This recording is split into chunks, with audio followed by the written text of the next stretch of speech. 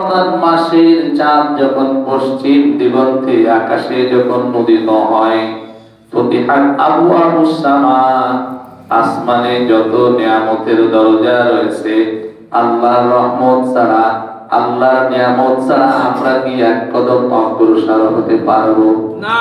আমাদের বাঁচিয়ে রেখেছেন কে? অক্সিজেন দিচ্ছেন কে? খাওয়াচ্ছেন কে? পড়াচ্ছেন কে? আল্লাহ ছাড়া আমরা কি এক কদম অগ্রসর হতে পারি না?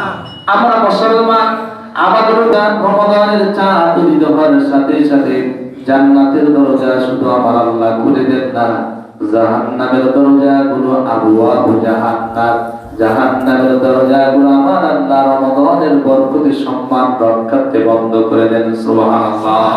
জান্নাতের দরজা খুলে যায়, জাহান্নামের দরজা কি হয়? বন্ধ হয়। সুবহানাল্লাহ। এটা বরকতের মাস, মাগফিরাতের মাস, রহমতের মাস। কিন্তু আমরা ঈমানদার, সবাই ঈমানদার, কিন্তু ইচ্ছা মতো এই মাসটাকে আমরা কাটিয়ে দিই। সরকারি ভাবে যদি বলা হয় যার যার এনআইডি কার্ডের সমস্যা আছে, জন্ম নিবন্ধনের সমস্যা আছে, নামের সমস্যা, জন্ম তারিখের সমস্যা, এই মাসে সুযোগ দেওয়া হলো সংশোধনের জন্য। এই আওয়াজ যদি আপনার কানে চলে যায়, আপনার আইডি কার্ডে যদি সমস্যা থাকে, সমাধান করার জন্য চেষ্টা করবেন কি করবেন না? অবশ্যই করব। কারণ কি, আমার সকল ক্ষেত্রে সব জায়গায় বাংলাদেশের নাগরিকত্ব বজায় রাখার জন্য আমার এনআইডি কার্ড সংস্কার করা বাধ্যতামূলক। এগিয়ে যাব। আল্লাহ বলছেন তোমার ঈমান আমলের ঘাটতি আছে, ঈমান আমল পরিপূর্ণ করার জন্য তোমার তাকওয়ার ঘাটতি আছে, তাকওয়া পরিপূর্ণ করার জন্যই তো রমজান মাস বোনাস হিসেবে তোমাদের কাছে দিই। তো যারা বুদ্ধিমান তারা কি ইচ্ছামতো জীবন যাপন করতে পারে?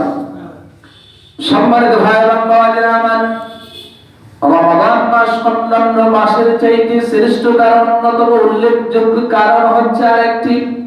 আল্লাহর হাবিব সাল্লাল্লাহু আলাইহি ওয়াসাল্লাম বলেন, قال النبي صلى الله عليه وسلم وسلسلة الشياطين, অন্য হাদিসের বর্ণনা আছে وسلسلة الشياطين, মানুষদেরকে আল্লাহ পৃথিবীতে পাঠিয়ে দিয়েছেন তার গোলামি করার জন্য, তার দাসত্ব করার জন্য, তার ইবাদত বন্দেগী করার জন্য।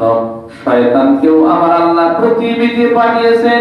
এই শয়তান যারা মানুষদের মধ্য থেকে যে সমস্ত মানুষেরা সিরাতাল মুস্তাকিমের পথের দিকে অগ্রসর হবে, জান্নাতের দিকে যেতে চাইবে, শয়তান ওদের ডান দিক থেকে ওয়াসওয়াসা দেওয়ার চেষ্টা করবে, বাম দিক থেকে ওয়াসওয়াসা দেওয়ার চেষ্টা করবে, সামনের দিক থেকে ওয়াসওয়াসা দেওয়ার চেষ্টা করবে, পেছনের দিক থেকে ওয়াসওয়াসা দেওয়ার চেষ্টা করবে।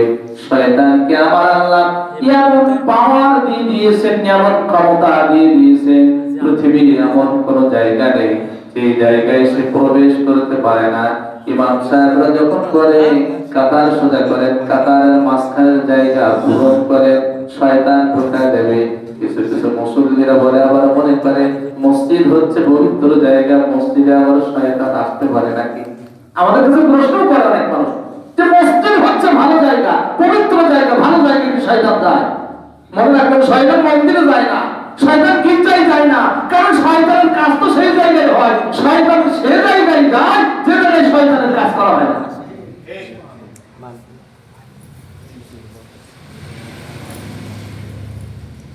আল্লাহর হাবিব সাল্লাল্লাহু আলাইহি ওয়াসাল্লাম বলেন, রমজান মাস যখন আসে শয়তান তো চতুর্দিক থেকে মানুষদেরকে ধোঁকা দেওয়ার জন্য চেষ্টা করে, যারা সিরাতাল মুস্তাকিমের পথের পথিক হয়। কিন্তু নবীজি বলেন ওয়াসুফিরাতিশ শায়াতিন ওয়াসুলসিলাতিশ শায়াতিন, রমজান যখন আসে শয়তানদেরকে আমার আল্লাহ এবং রব্বুল আলামিন শিকল দিয়ে বন্দী করেন। নামাজ করে বলা যায় না সুবহানাল্লাহ।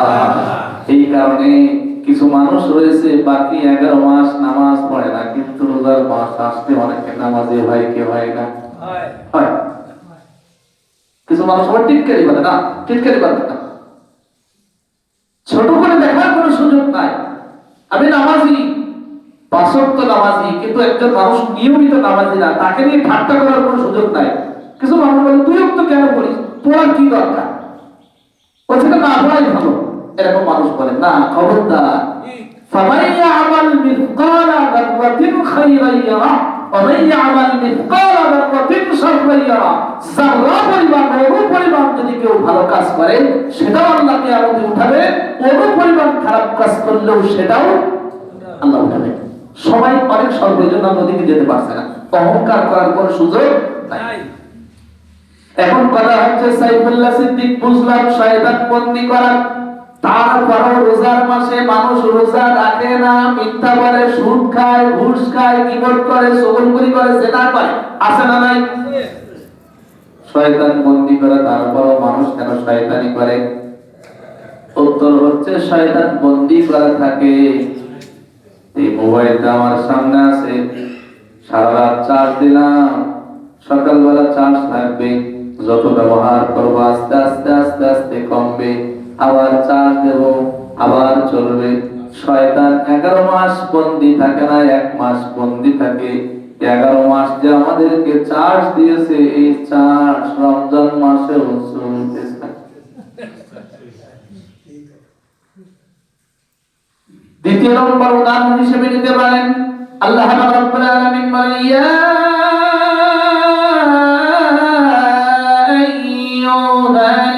আইয়ুহাল্লাযীনা আমানু দুখুলু ফিস-সিলমি কাফফাহ ওয়া লা তাত্তাবিউ খুতুওয়াতিশ-শাইতান ইন্নাহু লাকুম আদুউম মুবিন।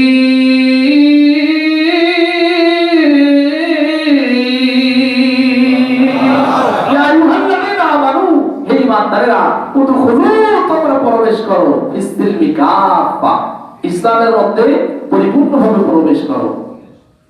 ওয়ালা তাত্তাবিউ খুতুওয়াতিশ-শাইতান, শয়তানের পদাঙ্ক পথ অনুসরণ করো না।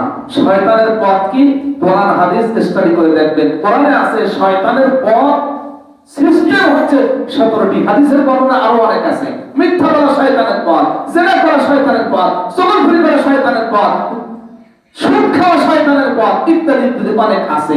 এখন শয়তান তো আমাদের পথ চিনিয়ে দিয়ে গেছে। শয়তান রমাদানে বন্দী থাকে, কিন্তু তার পথ কিন্তু বন্দী নেই। কথা বলে না, অভ্যাস আছে। যেমন উদাহরণ হিসেবে দিতে পারেন, কিছু মানুষের অভ্যাসের কারণে অনেক কিছু হয়। একবার এক রমাদানে, প্রথম রমাদান, সকালবেলা একজনকে বলছি কোথায় যাচ্ছে, বলছে চা খাইতে যাচ্ছে। আমি বলছি আস্তাগফিরুল্লাহ, আজকে তো রোজা। আমার তো মনে নেই আজকের রোজা, এটা আমার মনে নেই। কারণ কি? রমাদান হঠাৎ আসছে, রমাদান হঠাৎ আসছে। প্রতিদিন সে যে নাস্তা করে, চা খায়, পান খায়, তার যে অভ্যাস হয়ে গেছে, অভ্যাসের কারণে রমাদান আসছে, এই কারণে সে চা খাওয়ার জন্য উদ্বুদ্ধ হয়েছে, অগ্রসর হয়েছে। রমাদানের পূর্বে মিথ্যা বলতো, অভ্যাসগত কারণে সে রমাদান আসার পর মিথ্যা ছাড়তে পারে না। রমাদানের পূর্বে জেনা করতো, রমাদান আসার কারণে রাতের বেলাও সে জেনা ছাড়তে পারে না, কারণ তার অভ্যাস হয়ে গেছে। ওয়াইদা কিলা লাহু তাকিল্লাহ ফালাতুহুল ইজ্জাতু বিল ইসমি ফাহাসবুহু জাহান্নাম। আল্লাহর ভয় জাগ্রত করার জন্য তাকে যখন বলা হয়, তখন তার অপরাধ অহংকার তাকে উদ্বুদ্ধ করে। আমি যে নামাজ পড়ি, নামাজ ছাড়তে চাই না, কারণ কি? নামাজ আমার অভ্যাস হয়ে গেছে, রুটিন হয়ে গেছে। এই কারণে যত কাজ থাক, হাইয়া আলাস সালাত বলার পরে নামাজি ব্যক্তি সব কাজ ফেলে দিয়ে আল্লাহর সান্নিধ্যের জন্য, আল্লাহর কাছে ধরা দেওয়ার জন্য মসজিদে চলে আসে। যে নামাজ পড়ে না, হাইয়া আলাস সালাতের, হাইয়া আলাল ফালাকের কাছে নামাজের গুরুত্বই নাই। কথা কি বুঝতেছেন? অভ্যাসের কারণে অনেক মানুষ করে। আর যারা শয়তানের অভ্যস্ত হয়ে যায়, ইবলিস ওর কাছে যায় না। কিছু মানুষ রয়েছে দেখবেন, ইবলিসের চাইতেও খারাপ। ঠিক।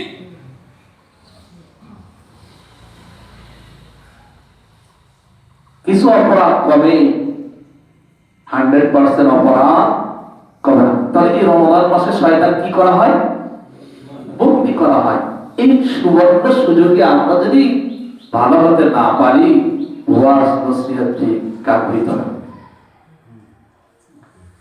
সম্মানিত ভাই এবং বোনেরা আমার, এই রমজান মাস শ্রেষ্ঠ কেন, তার অন্যতম উল্লেখযোগ্য আরেকটি কারণ হচ্ছে বরকতের মাস আছে। আমাদের ঈমান আমল পরিবর্তন করার জন্য, জাহান্নামী মানুষদেরকে জান্নাতি বানানোর জন্য, তাকওয়া দিয়ে কলবকে আমার আল্লাহ পরিপূর্ণতায় পৌঁছানোর জন্য আল্লাহর হাবিব সাল্লাল্লাহু আলাইহি ওয়াসাল্লাম বলেন, ইয়া বাগিয়াল খাইর আকবিল ওয়া ইয়া বাগিয়াস শারর আকসির ওয়ালিল্লাহি মুতাকা মিনান নার ওয়া যালিকা কুল্লু লাইল।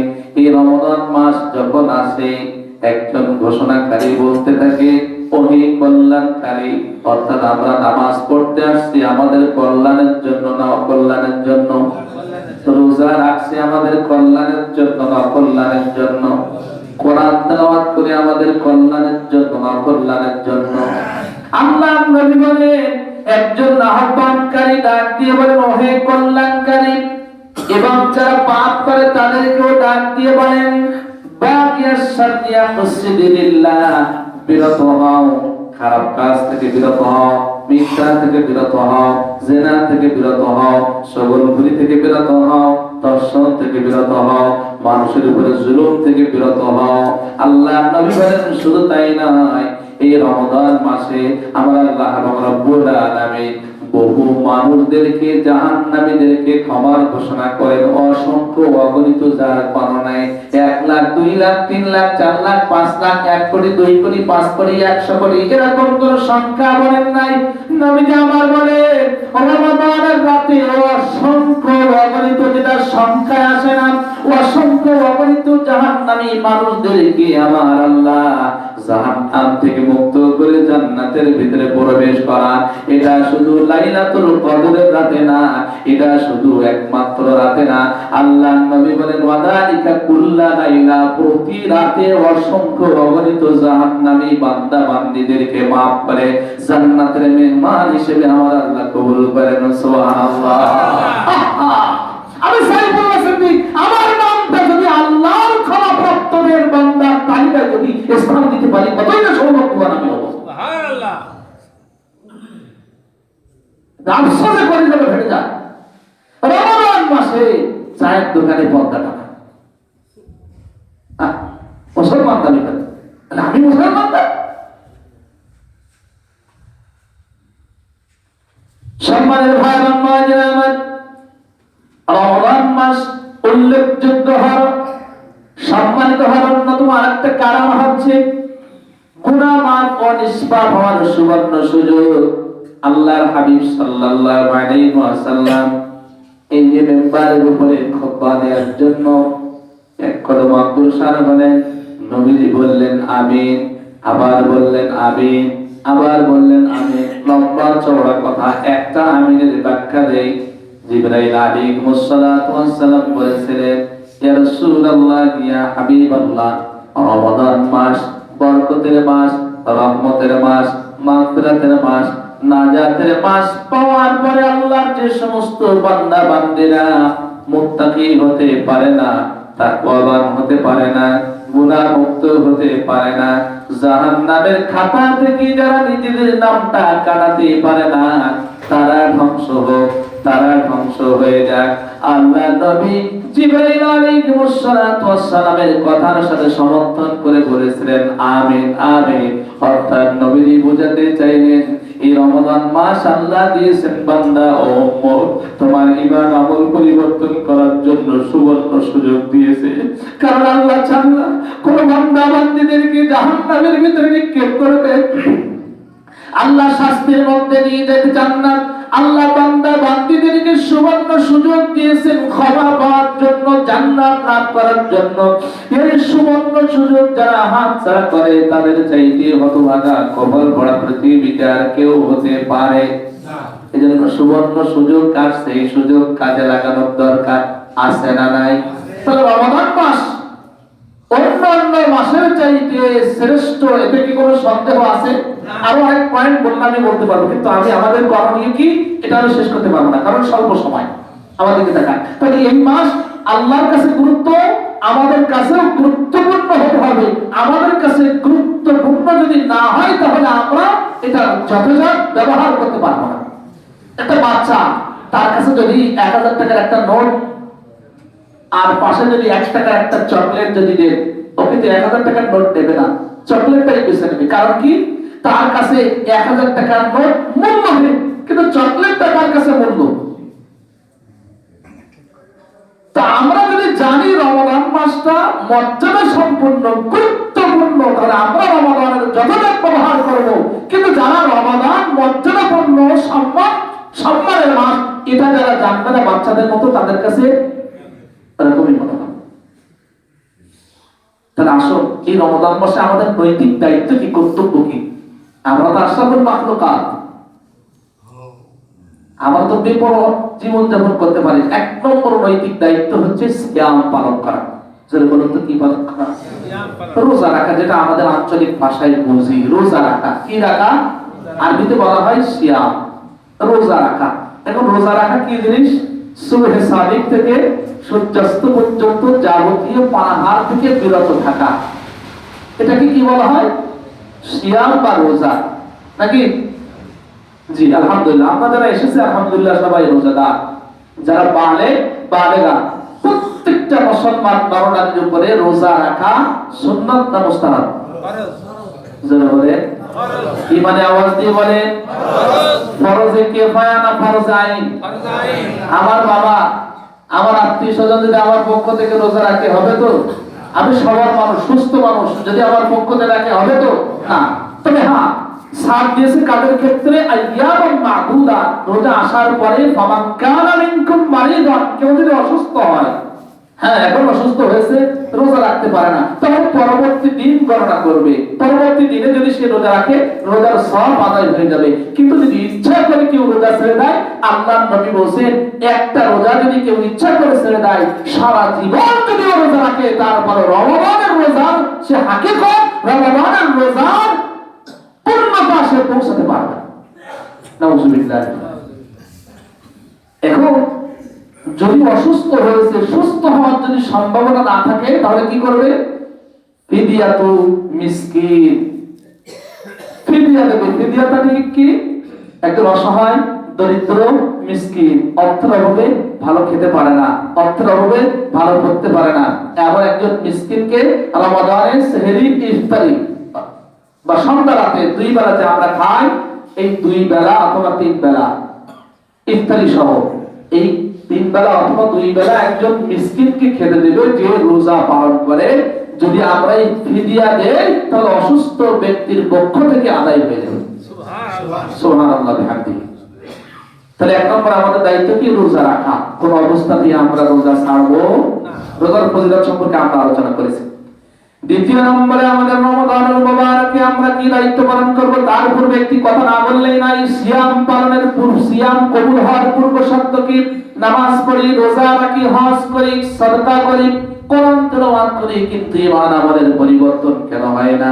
কত জুমায় বলেছিলাম না, আল্লাকুম তাত্তাকুন, রোজার মাধ্যমে মুত্তাকি হওয়া যায়, আল্লাহ ওয়ালা হওয়া যায়, ঈমান পরিপূর্ণতা লাভ করে।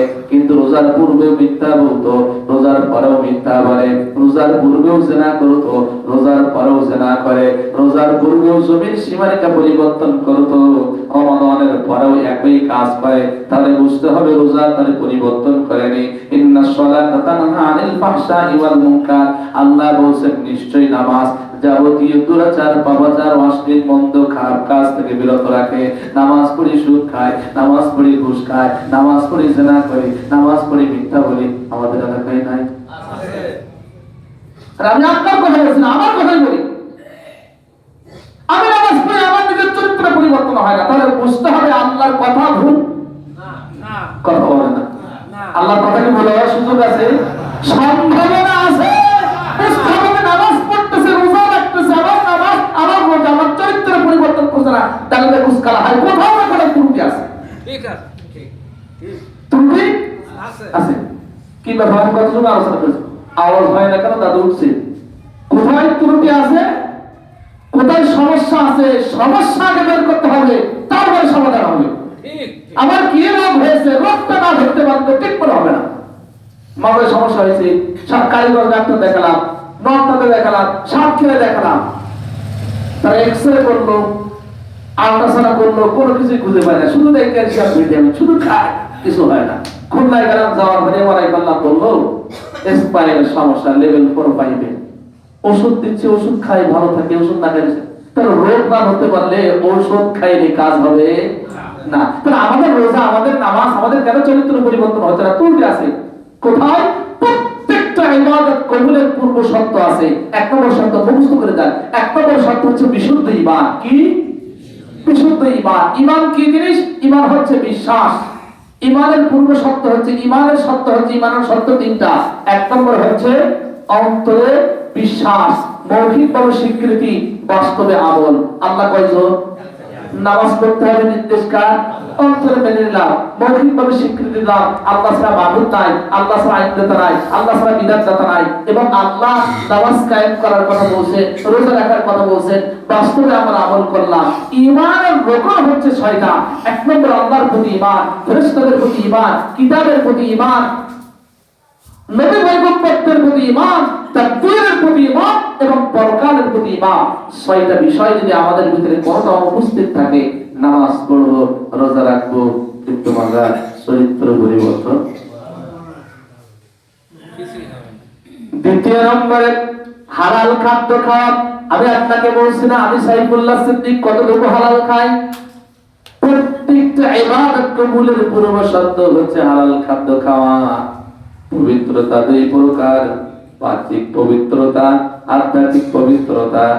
ওযু করলাম সুন্দর করে, সবচেয়ে দামি সাবান দিয়ে গোসল করলাম, গা পরিষ্কার করলাম, জামা থেকে পরিষ্কার করলাম, দেহটা পবিত্র হলো, পোশাক পবিত্র হলো, জায়গা পবিত্র হলো, সব পবিত্র। কিন্তু আমার শিরা উপশিরায় সুদের টাকা।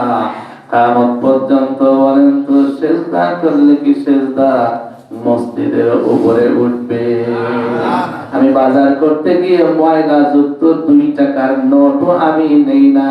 আর আমার আল্লাহ ইন্নাল্লাহ তাইয়্যিব, আল্লাহ হচ্ছেন পবিত্র। আল্লাহ পবিত্র জিনিস ছাড়া কোনো কিছুই গ্রহণ করে না।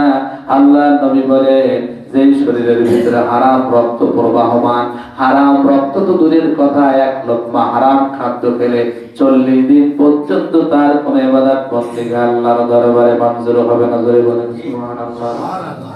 সুবহানাল্লাহ বলছেন, নাউযুবিল্লাহ মিন যালিক। তাহলে হালাল খাদ্য ছাড়া কোন ইবাদত কবুল হবে মসজিদে 50,000 টাকা, 50 কোটি টাকা দিলেও কোনো মূল্য না। হালালে আরাম আছে, হারামে আরাম নাই। সহজ কথা। মসজিদের ইমাম সাহেবের দিকে তাকিয়ে দেখবেন, সব হুজুর যে হালাল খায় তা বলছি না। 4,000 5,000 টাকা বেতন, দামি জামা, দামি টুপি, দামি খাবার খায়, আছে না নাই? আমি বলছি না সবাই হালাল খায়, কিন্তু ম্যাক্সিমাম ক্ষেত্রে তো দেখা যায়। সম্মানিত ভাই এবং বোনেরা আমার, 3 নম্বরে হচ্ছে বিশুদ্ধ নিয়ত। এই যে আমি বক্তব্য দিচ্ছি, বক্তব্য দেওয়ার মাঝে যদি আমার এলাকার আত্মীয়-স্বজন আপনাদের যদি মন সন্তুষ্টি হয়, বক্তব্যের কোনো মূল্য আল্লাহর কাছে পাবো। নামাজ, রোজা, হজ, যাকাত, ইন্না সালাতি ওয়া নুসুকি ওয়া মাহইয়ায়া ওয়া মামাতি লিল্লাহি রাব্বিল আলামিন। যাবতীয় কাজ আল্লাহর সন্তুষ্টি অর্জনের লক্ষ্যে হতে হবে। আল্লাহর সন্তুষ্টি অর্জনের লক্ষ্যে যে কাজ হয় না, ওই কাজ আল্লাহর দরবারে কবুল হবে না। ইন্নামাল আমালু বিন্নিয়াত। বুখারীর বর্ণনায় সর্বপ্রথম হাদিস এজন্য ইমাম বুখারী রাহিমাহুল্লাহ সর্বপ্রথম যে হাদিস এনেছেন, নিশ্চয় নবীজি বলেছেন, সকল কাজে প্রতিদান আমার আল্লাহ দেবেন নিয়ত অনুযায়ী। নিয়ত যার যতটুকু সহি থাকবে, আমল আল্লাহ সেই অনুযায়ী প্রতিদান দেবেন। 4 নম্বর আল্লাহর হাবিব সাল্লাল্লাহু আলাইহি ওয়াসাল্লাম বলেছেন, নিয়ত ঠিক হলো সব কিছু, ঈমান ঠিক হলো, তোমার হালাল খাদ্য খেলে নিয়ত ঠিক করলেন এবং কাজগুলো ইখলাসের সাথে করতে হবে। ওয়া উমিরু ইল্লা লিয়াবুদুল্লাহ মুখলিসিনা লাহুদ্দিন।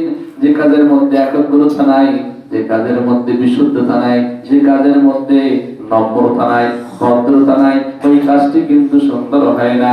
এই 4টি কাজ যদি আমরা মেনে চলতে পারি, যাবতীয় কাজ যিনি কবুল করবেন, নামাজ করে বলেন তিনি কে? সিয়াম কবুলের পূর্ব শর্ত আরেকটা শর্ত হচ্ছে ফরজ ইবাদতের প্রতি গুরুত্ব দেয়া।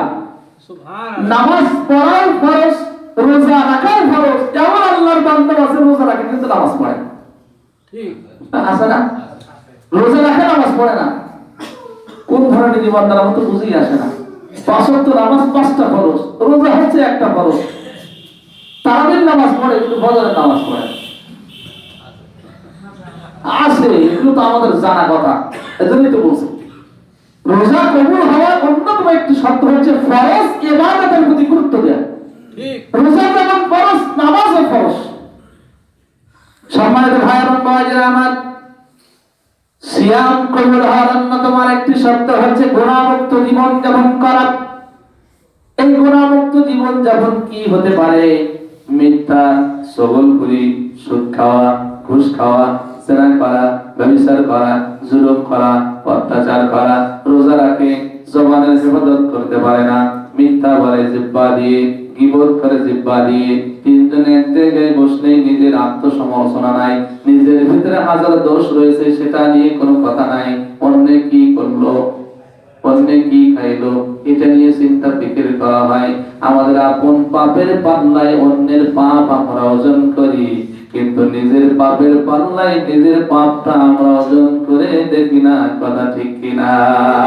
আল্লাহর হাবিব সাল্লাল্লাহু আলাইহি ওয়াসাল্লাম সহিহ বুখারীর বর্ণনা আছে 1894 নম্বর হাদিস, নবীজি আমার বলে, রোজা অবস্থায় তোমরা অশ্লীলতা করবে না, ঝগড়া করবে না, মূর্খের মতো কাজ করবে না। যদি কেউ ঝগড়া করতে চায়, কিছু মানুষ রয়েছে, যতজন আমি বলেছি, গায়ে পা দিয়ে ঝগড়া করতে চায়। কিছু মানুষ ঝগড়াকে অ্যাভয়েড করে, পরিত্যাগ করে চলে। আবার কিছু মানুষ আছে দেখবেন গায়ের উপরে পা দিয়ে ঝগড়া করতে চায়, আছে এমন মানুষ। আল্লাহর হাবিব সাল্লাল্লাহু আলাইহি ওয়াসাল্লাম বলেন, শয়তান কিন্তু একরকম না, মিনাল জিন্নাতি ওয়ান নাস। জিন শয়তান, মানুষ শয়তান। জিন শয়তানের চাইতে মারাত্মক শয়তান হচ্ছে মানুষ শয়তান।